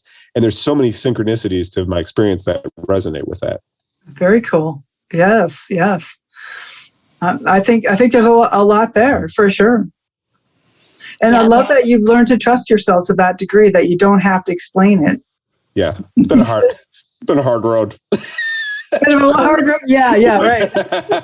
So, yeah, but I mean, it's hard to put words to all these experiences, but it's wonderful that there is a community that is based in integrity and ethics and is open and has the space to discuss any and all topics. Nothing's off the table. Well, just to circle back to ethics for a second, I am a member of the International Association for the Study of Dreams, and I'm kind of getting my way into the organization deeper and deeper because I just love the organization, and I'm on the ethics committee there, and they have an ethics statement which explicitly states that the dreamer is the only one who knows what their dream means, and has some other things that are just basically protecting the dreamer. The dreamer has a total choice to share or stop sharing, and that just like in just a couple paragraphs really outlines the real basics of what I would call spiritual ethics, and it applies to all spiritual experiences. You have the ultimate decision to understand what your experience means, and this is something that I think is very important, and it's spelled out so explicitly in this organization. And I think, and they do take it very seriously. We've had a number of complaints filed over the years I've been on the committee where we really had to look at what someone was doing, and we've had to make some corrections because there does need to be a little bit of oversight, because it's really hard to police yourself, because there can be a real rush in telling somebody what their experience means, or they can be like people looking up to you. That projection can feel wonderful. I'm on the right path. I know it because I can just feel it. But you need to have these checks. Yeah. So I always say great, follow your intuition, but let's do some safety checks first. Yeah, and I'm sure you do too, Sean. But just the safety checks. Okay, well, just got your belt on. Okay, good. And let's drive. So it's that's what the ethics statement does, and these kind of ways of really paying attention to the red flags we were talking about earlier is really checking ourselves. And I see my own dream coach. I don't trust myself to work my own dreams. I know I have blind spots. I could go down a rabbit hole. That's not healthy. I have people I work my own dreams with because I want to say, well, what comes up for you? Do you have any suggestions? And I get a lot of good insights. And I think that's really vital for anybody in a spiritual profession, especially a teacher or facilitator, to keep doing your own work. Yes. Mm-hmm. Yeah. And I think that's a great note to kind of start winding down on, because it is something I mentioned to many of my friends who are teachers and the people that I'm drawn to, and I love studying and learning and have people that I can talk to that are mentors types. And then I'm mentors to people, and just surrounding yourself, as a check, because sometimes you're too close to see something. Right. Well, in the ASI, we do peer groups where you can talk to peers, just like you're talking about there. That's the one thing about the ASI. It's wonderful. Yeah, and actually, that's I've been working with Nicola, who's one of we had interviewed her, and then now she's one of the founding members. And then there's the other side of it too, though. That there are. I mean, and I'm sure it's not as common, so I don't even know if it's worth mentioning, but it did happen on the Association for Spiritual Integrity. You probably got that email. I don't know the guy's name, but he had a complaint against Rick Archer. And he sent all the members, as far as I could see. And then I kind of looked up what he was complaining about, and I was like, dude, he's not founded. Also, I didn't respond, but it can happen the other way too. But as long as we just keep having the conversations and listening, I'm a big one into just listening and helping people to trust themselves. Mm-hmm. People to trust you. Your gut always knows. And your dreams, they'll tell you, or your people, when it's like a mother's intuition that knows when the child is like feeling in your gut. And that's why it's so important to be in your body. I'm a yoga teacher, and it's very, your body is this amazing GPS. And if you're not listening to your body, then your dreams will tell you. And if your dreams will tell you, then you'll get smacked in the face, or one way or the other. Yeah. Listen to the whispers before they become shouts, as they say. Indeed. Yes. Hell yeah. I like that. And Katherine, I wish we would have got around to our dreams. That would have been fun too. But wow, you really opened up like this whole new way of looking at things for me, and I really have so much gratitude to you. Yeah, thank you. Yeah, thank you. And thank you for saying yes. Mm-hmm. Well, it's grateful to get the invitation, and I love talking to folks who are curious and open-minded and have great ideas of their own. I have a bunch of ahas myself, and I'm going to jot down here when we're done. So thank you so much. I really was glad to have this opportunity to be on the show. Oh, thank you, man. Great. No, that was wonderful. I like the path we went down, and thank you very much. Thank you. I'd love to have this conversation again in more depth, and kind of rake over some of the things that you've been doing, and some of your your approaches, or through your coaching process. That'd be amazing. Yeah, well, we could do one where we specifically look at your dreams, and just to get an idea of what that's like. It's always terrifying and fun. Yeah, it would be fun. And I think I know our people would love it for sure. And I will definitely link everything of yours, in the notes, because I know people will want to, find more about you. And I know that you do so much. You do your podcast, and you have your websites, and of course the associations you belong to, and the workshops. So I'll make sure I list all that. So okay, people can find you. Great. Yeah. Thank you. Thanks, Katherine, so much.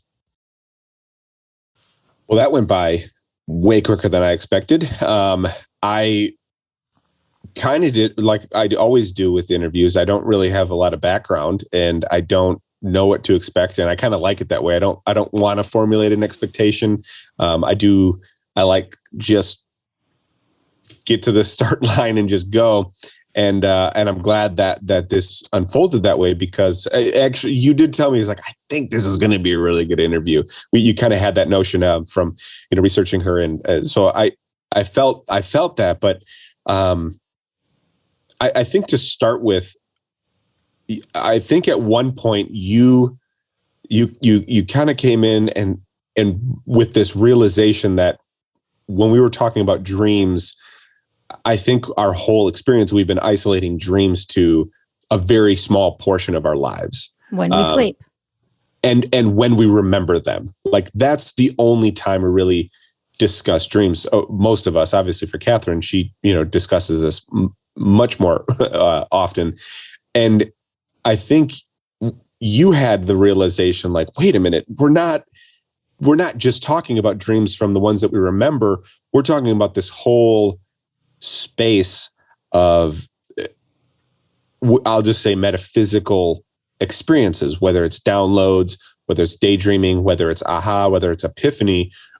what we're really talking about, and it sounds like what she's working in, is in this arena of the dream state. That doesn't mean only when you're sleeping and only when you're remembering what happened in your dreams.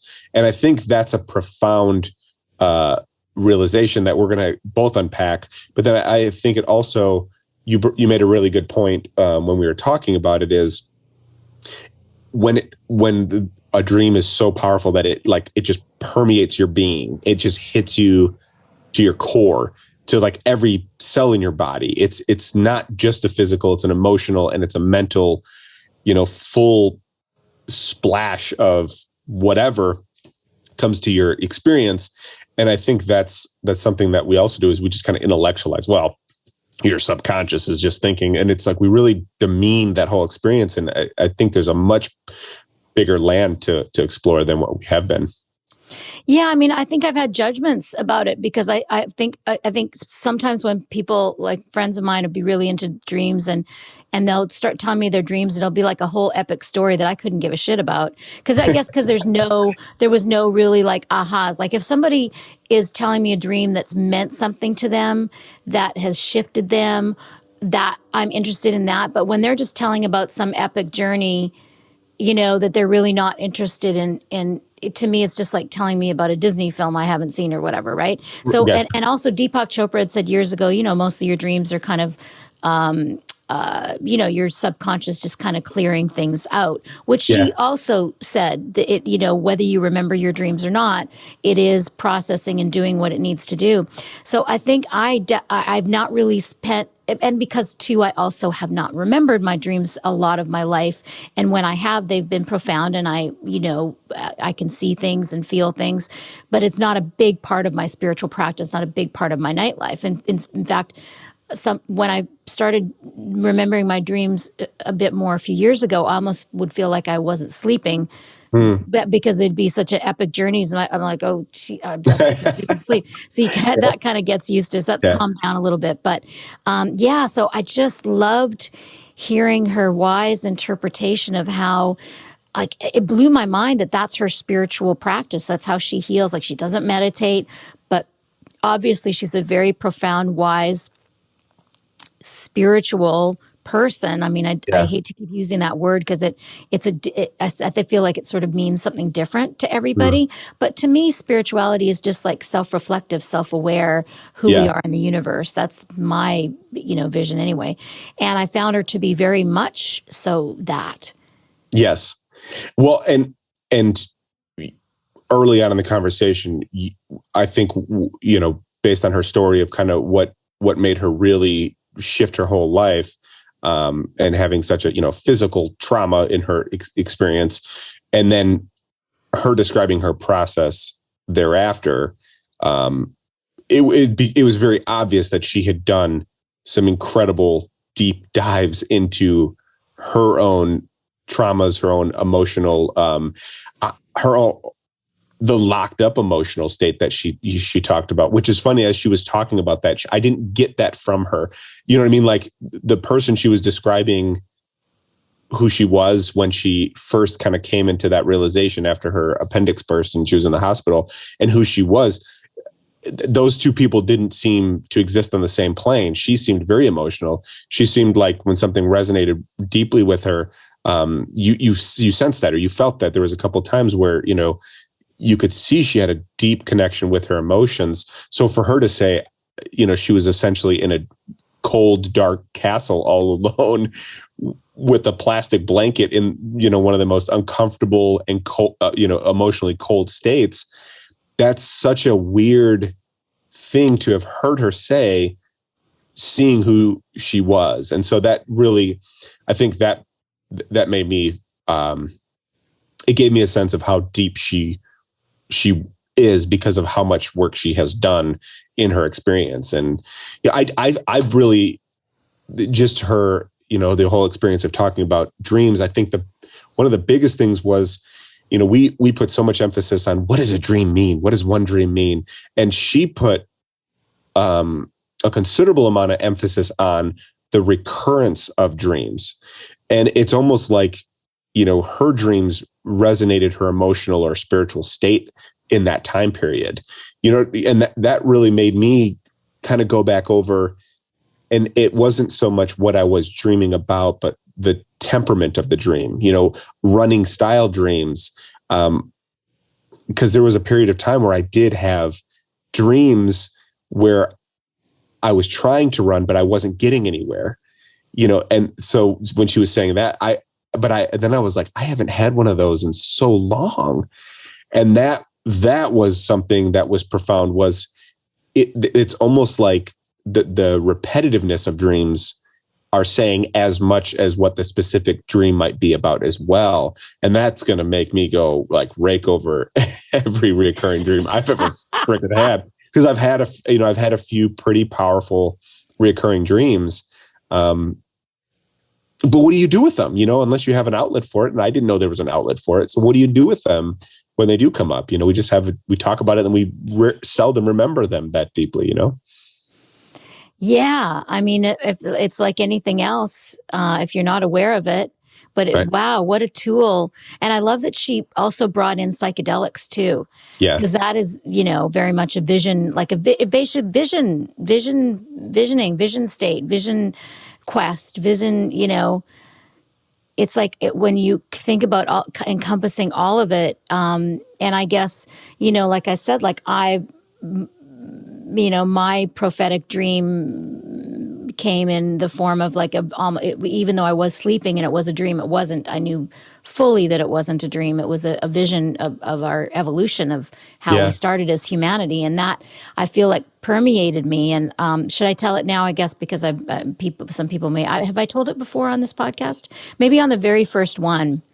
I can't remember. I know I've heard it, but go by all means. So anyway, I was in a point in my life in my 30s when I'd been kind of a struggling songwriter in Nashville, and I'd been meditating for 5 or 6 years already.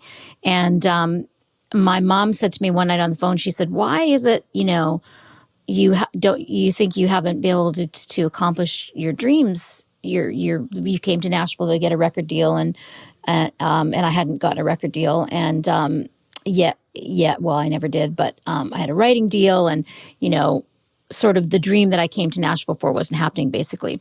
So I started thinking about that, praying about it, meditating about it, so a couple weeks into just like, okay, why is it? And I knew that I sort of felt like unworthy. Like I felt like, even though I knew intellectually this wasn't right, I knew it when I thought about it, that what makes me so special that I could get a record deal and make a lot of money and travel around the world? Like, why me?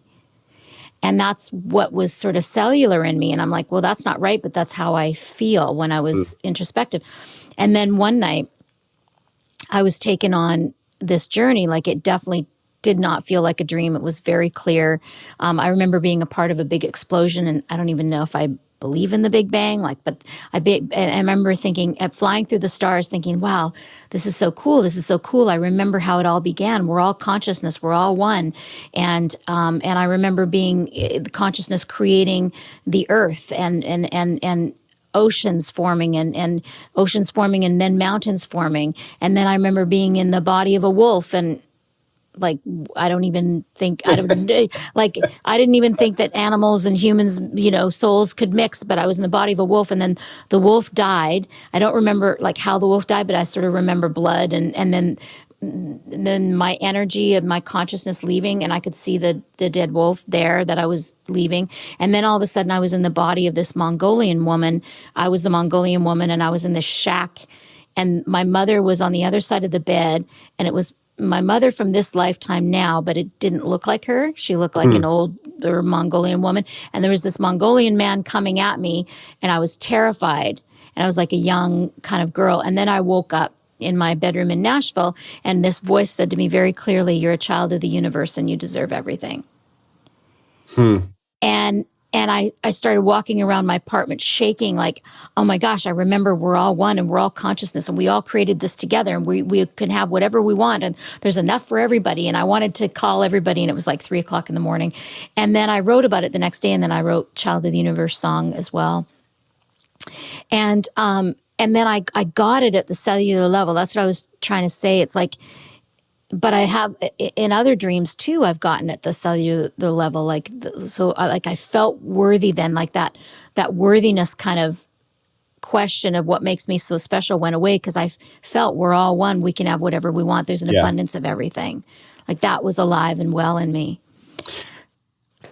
Go ahead. So my question was, did that change your relationship then with your dream of becoming a musician and having a deal? Did that change your relationship with that feeling of that's what I'm here to do? Well, funny enough, I don't know that I let go of the attachment of becoming that right around that time. Is like, because it was also around the time when I was learning to be happy in life now instead of for something in the future. Yeah. So when you realize you have access to everything, you find out you don't need anything.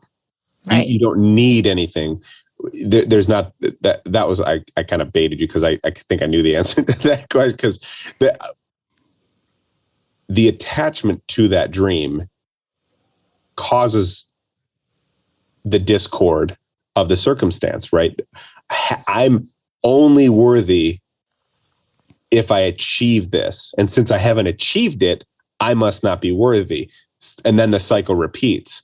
And that was your experience with, record label, with music. But I think we attach our worthiness to the thing we're trying to achieve, instead of your worthiness is because you exist. And that's kind of what that dream, from my experience, is saying, is you are worthy, period.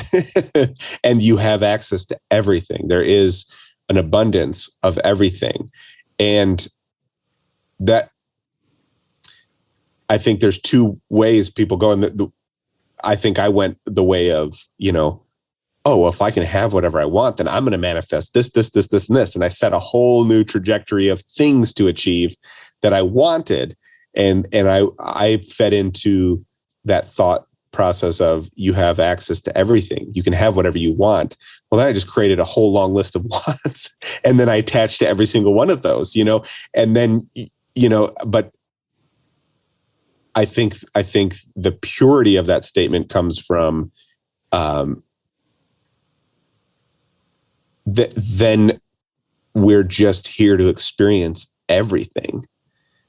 That's what we're here for, is to experience everything. It is not for us to want.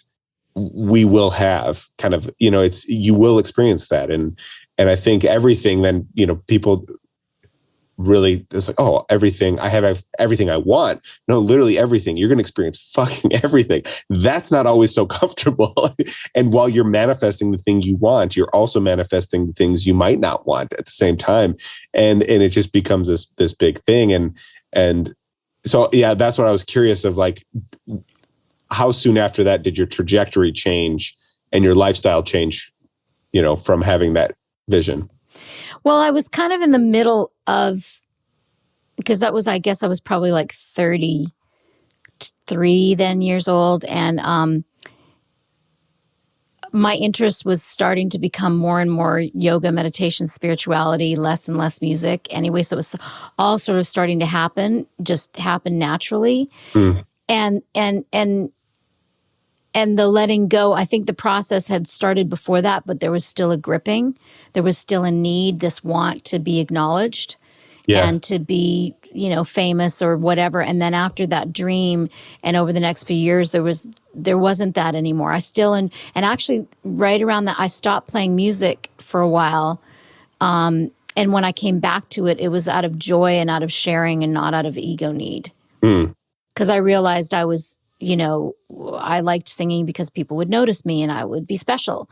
And I didn't need that anymore. When my cup was full and yes, it all became more experience, and it didn't really matter where life was taking me. And the spiritual journey was much more fascinating to me at that point than music ever was. It just seemed, music then seemed to be, yeah, like I said, just a joy of it, and however it showed up.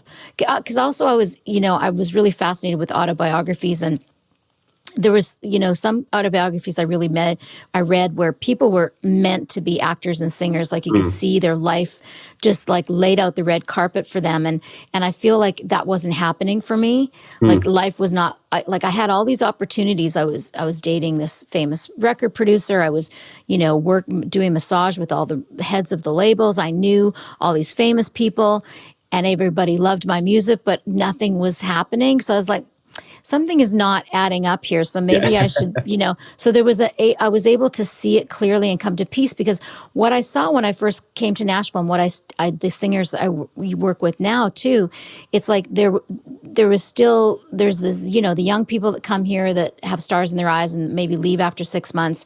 And then there's the people that, become, get signed, and working in the business. And then there's other people that are like 40, 50, 60 years old, still trying to make it. Yeah. And that, when I saw those, I'm like, I don't want to be that. Like, I want to be happy now. I want to be fulfilled now. I don't want to live my life wanting. Yeah. And after that dream, I no longer lived my life wanting. I knew I could, at the cellular level, I was everything already. And there's a great video I'm going to send you, and I'm also going to link in the notes here, called The Egg. Have you ever watched it? Mm-mm. It's called The Egg, and it's a 7-minute video, and it's basically this little, it's like a cartoon that kind of looks like a little egg, and the egg dies, and then God starts talking to him, and he says, "Where am I? Am I dead?" And like, yes. And then God starts explaining, the universe. And basically he says, like, you're going to go and experience, you're going to go back into another life and experience, and you're going to run into yourself everywhere. That's hilarious. And it's basically about this one egg is everybody, right? That we all run into each other to the dip, but we're all one, and we're all just running into ourselves. Yeah. That's funny. It's a really, really sweet video, but yeah, dreams, man, visions. Like I'm blown away. There are, it's a lot, because, it's such an intimidating, I feel intimidated by the playground of looking at dreams, because they just feel so goddamn powerful. And I guess I've always kind of had a respect for mostly visions, because I had that aha too about dreams. Like I'm not paying attention enough to my dreams, because they're coming from the same place, same space. But I don't know. It's taken me a while to really trust my own intuition and have my own checks and balances about my own blind spots, with the support group that I have around me. I haven't really been in a confident enough space. Not even confident. I'm willing to dive into dreams. I'm willing to dive into visions, but maybe I just haven't felt wise enough or discerning enough to do so.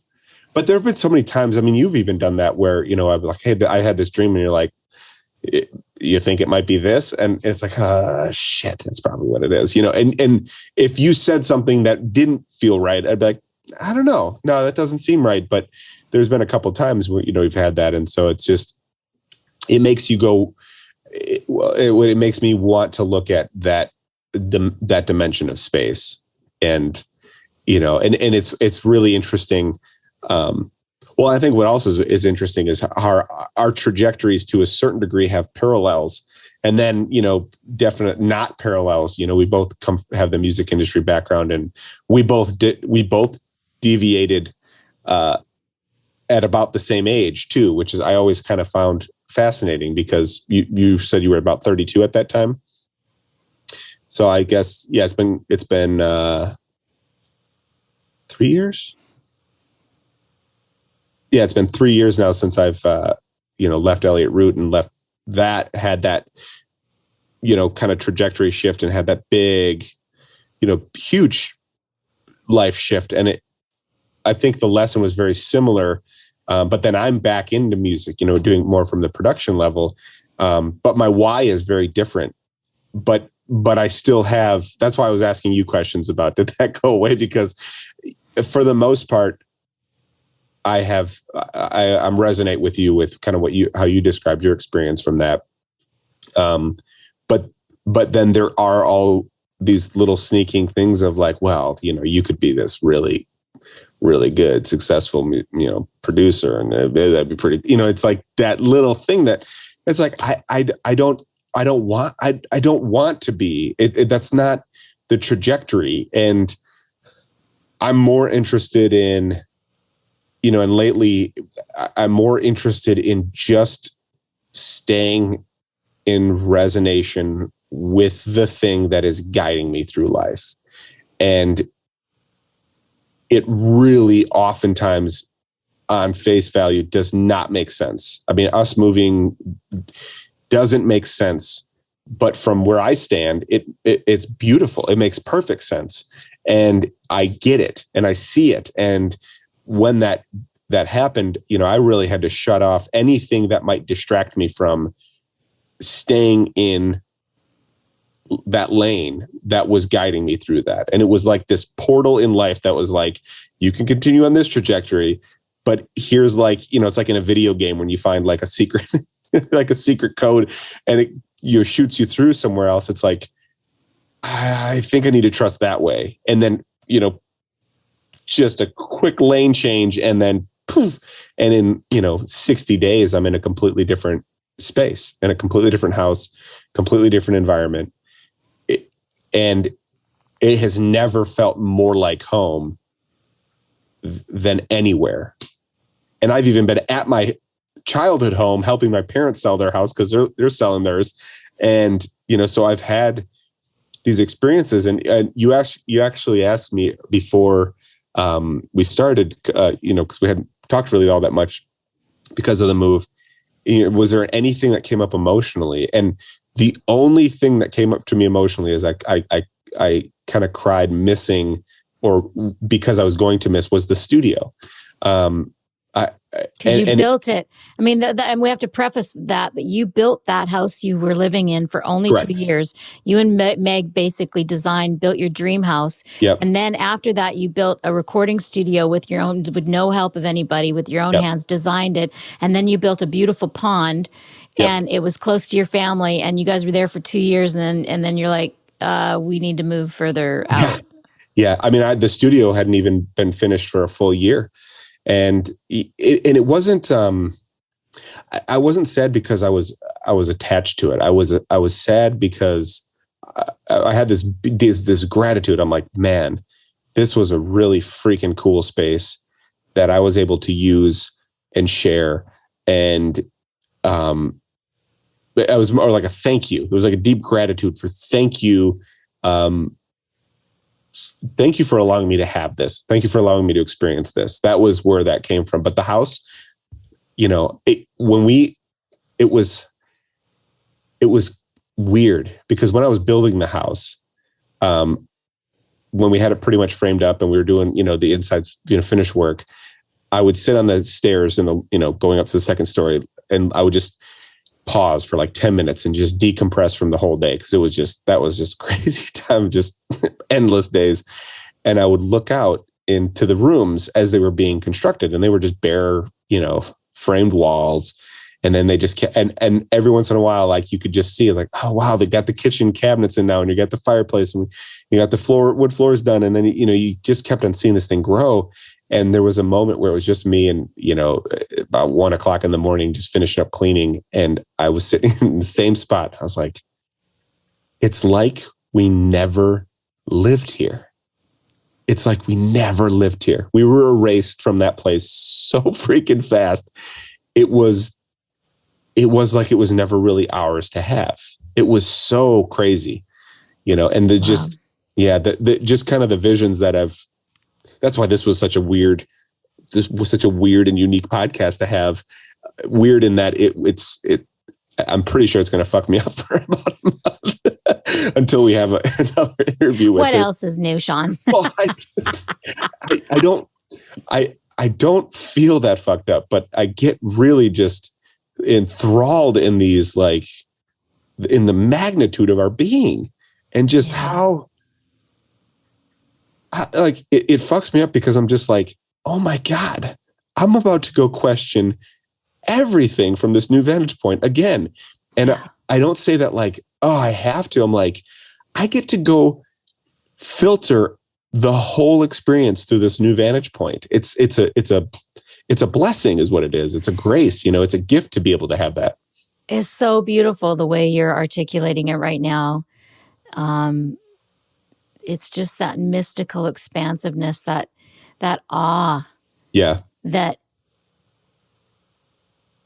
when people don't have it in their, when people don't have it in their day-to-day life, and most people don't. And that's what I will circle around to the beginning when she had that dream about the people being broken at the waist. Everybody's broken.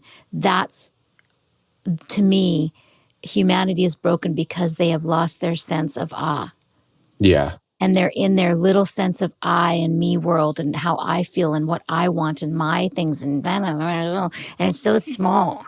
It's so small. It's like, I want this and I want that, and if I don't get this, and it's like the awe is just like, it's like just the experience of everything. Yeah. It's mind blowing. And what I think, like, the biggest kind of like mind bending thing is, like, I'm having the opportunity to sum up my experiences. There's the saying, you are not the sum of your experiences. And it's like, yes, but I get to sum up all my experiences and have them for whatever they're worth, for however much that's worth, however little that's worth. I get to sum up all those experiences and realize that it doesn't do anything to define who I am. It's having that relationship with the sum of your experiences. It's like so many things about our life that, are so quote unquote important and so defining and so this and that. And it's just part of the river of experience. It doesn't sum up any of who we really are. And that's why it's funny that why I giggled when you said that egg thing, because, like, that's been, you're going to see yourself, you're going to, what did you say? You're going to confront yourself. You're going to come upon yourself in so many different ways. Like, that's what it's been feeling like, is when I even hear anybody talk right now, it's like, I think I know where you're talking from. I think I know and have experienced, or can at least imagine the experience of where you're coming from. And I sympathize with you. And I'm not going to do anything to interfere with you having that experience. I will answer the questions you might ask, or I might, play in that field, but it's okay that you're having that experience. And it's okay even if I've never had that experience. It's okay if this is the first time that I'm realizing that. It's just this children's playground of, you got this toy, I got this toy. Can I play with your toy? You don't want me to play with your toy? That's fine. I'll play with my toys over here, and then you can have your toys. And like, but just that naive, very innocent, space is just, I'm just so thankful for it, because it doesn't feel heavy. It doesn't feel weighted. It doesn't feel bound to an expectation or an endeavor. There's just the next thing to do. And that's so beautiful. I love all of that. But I would also, if you can, I don't know if you can right now, because you're so expansive and loving this so much, because this wasn't the Sean that I met 10 years ago. Not even, because the Sean you met was the facade of something that was much smaller, that was hiding exactly what Katherine was talking about. We hide ourselves, we hide our true experiences, we hide our full emotions, we hide our vulnerabilities. And she even said she had abandoned herself. She had abandoned. We abandon ourselves to do the thing that we call it programming. It's these, we're just wound up to perpetuate these patterns that we don't even realize are unnecessary.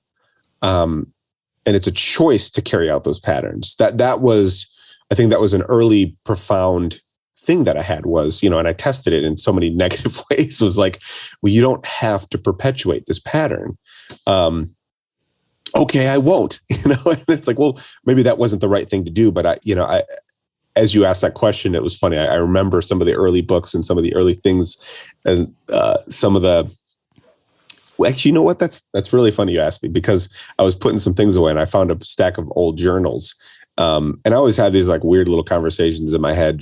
They just pop into my head. Just conversations. It's like somebody saying, "Oh, what are those?" And it's like, "Oh, those are just my journals from my 20s when I thought I was hot shit." That's what I said to myself in my mind. Is like, it's so easy to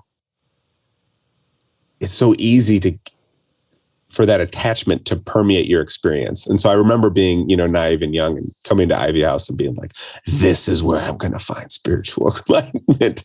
And in a lot of ways I had, I found a lot of clarity and, but it wasn't from the things it wasn't from the places I thought it was going to come. And it wasn't from doing the things I thought were going to bring that. Yes. Yeah. And that's really, I really want you to share, because that's where I see people stuck a lot of times is in, like, as you always love to say, the minutia of the ego, which is the thoughts, the desires, the vision of the way you want your life to be. Yeah. And that's a tough thing for the ego to take and that's why it's a process. When I work with people, it's like I can't say to somebody, you've got to be happy with the life you have, not the life you want. Like, right. That doesn't help anybody. It's true, but it doesn't help anybody, right?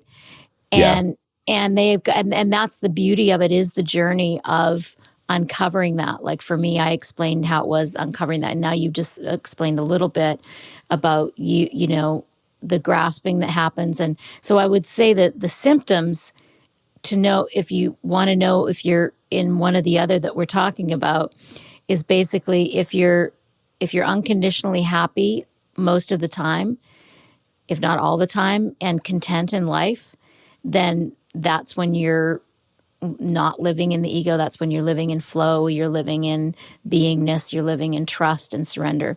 If you're feeling like you're missing something in life, like you have regrets, like you have desires that you have to have in order to be happy, what else would you say? You're driven by something.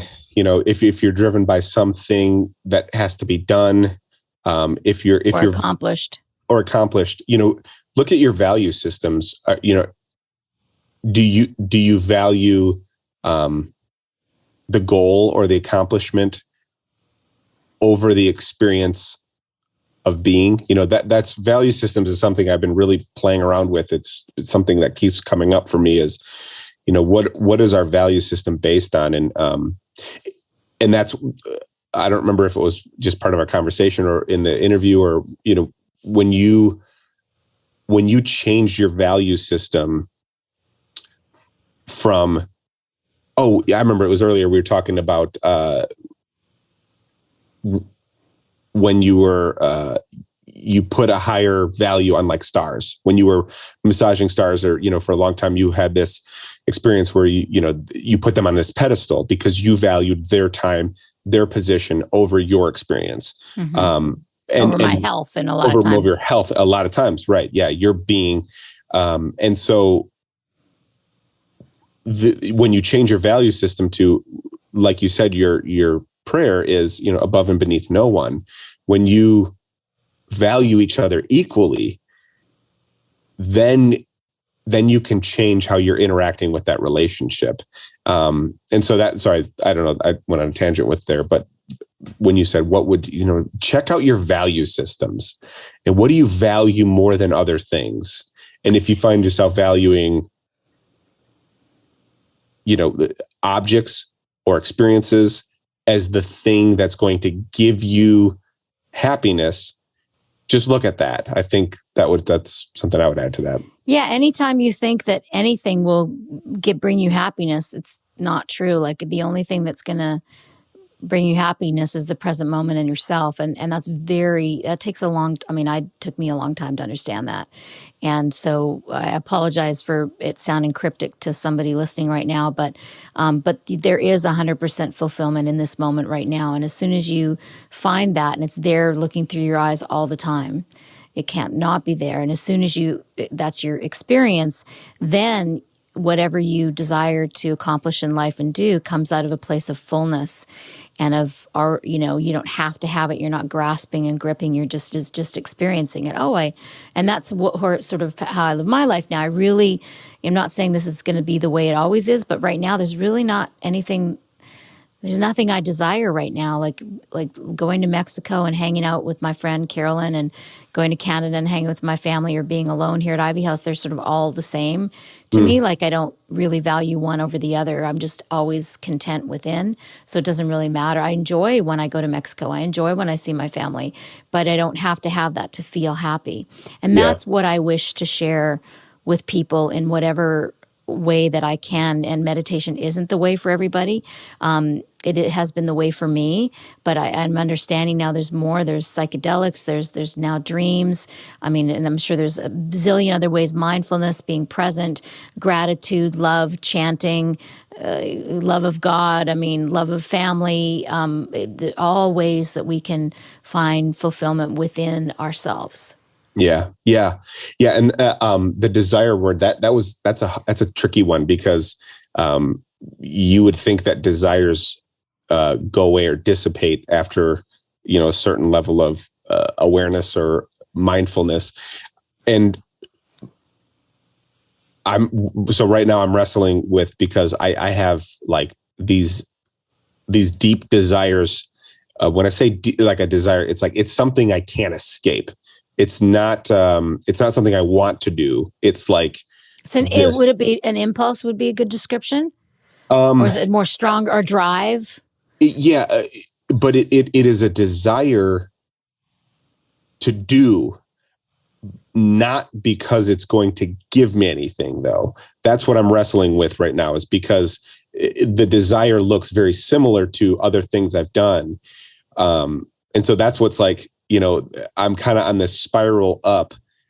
I am coming around to a pattern. And that's why, moving out here, there's when I say a desire, I want to make clear that it's not because I want this. I think it's going to be fucking fantastic when it's finished, but I do plan on converting. We have this old barn that I'm converting into a studio, and then I'm going to have a common area, and then I'm going to build some little tiny houses, and eventually what seems to be the vision in play. And I say that is because if I don't do this, that's fine, because it's going to be a lot of work. And it's going to be quite painful to go through that experience. So it's interesting when the desire feels the same, and it feels like it's coming from the same place. But if none of it happens, it does not change anything about my being. So I'm wrestling with, experiencing the desire and allowing the desire to come into play. But what I'm wrestling with is the why of the desire. And is this something just because I want to, or is it something that is calling me to do it? And that's where it gets really, boy, is it a razor edge, because like I said, staying in line with that force that is guiding me through life, the vision of what to do is very in line with something I would want to do for me, or for, and so they're so right next to each other, that desire and that call of action are so right there that it's just takes a lot of focus to maintain the why of all this, and mix all the fear and blah, blah, blah, and so that's when I say I'm intimidated by that dream state or that vision state, it's because they're so right next to each other. They're holding hands, moving through this, and it's just focus and then having fun with how that play. Because one day it's one, and one day the other one is. It's just like, they bead right next to each other. And so that's kind of what I mean. So that desire it is the right word for what I'm experiencing emotionally, but the attachment to it and the intellectualized need to have this is, I don't need this. Like I said, I really would. Yeah, it's going to be a lot of work. I mean, that's the thing. And maybe your dreams will help you. Well, that's what's going to be. Yeah, that'll be interesting. So we should do a checkpoints about this maybe in a week or two and just kind of check in and see what's up. But yeah, it's fun. Yeah. It's a fun time on the planet right now. The veil is thin and intuition is strong. Yep. Emotions are high. Super. Experiences are high, and just stay grounded, stay present, and hang on for the ride and enjoy the ride. Enjoy the ride. It's fun, man. It's a lot, but it's fun. So it can be fun when you're not gripping. Yeah. It's better when you go, wee! You can grip if you want to. It's going to go the same speed. It's going to go, exactly. Exactly. Well, thanks for love you. Yeah, man, I'm so happy to be back. Yeah. We're back. That was creepy. Sorry. On that note, have a good one. Love you too. Bye.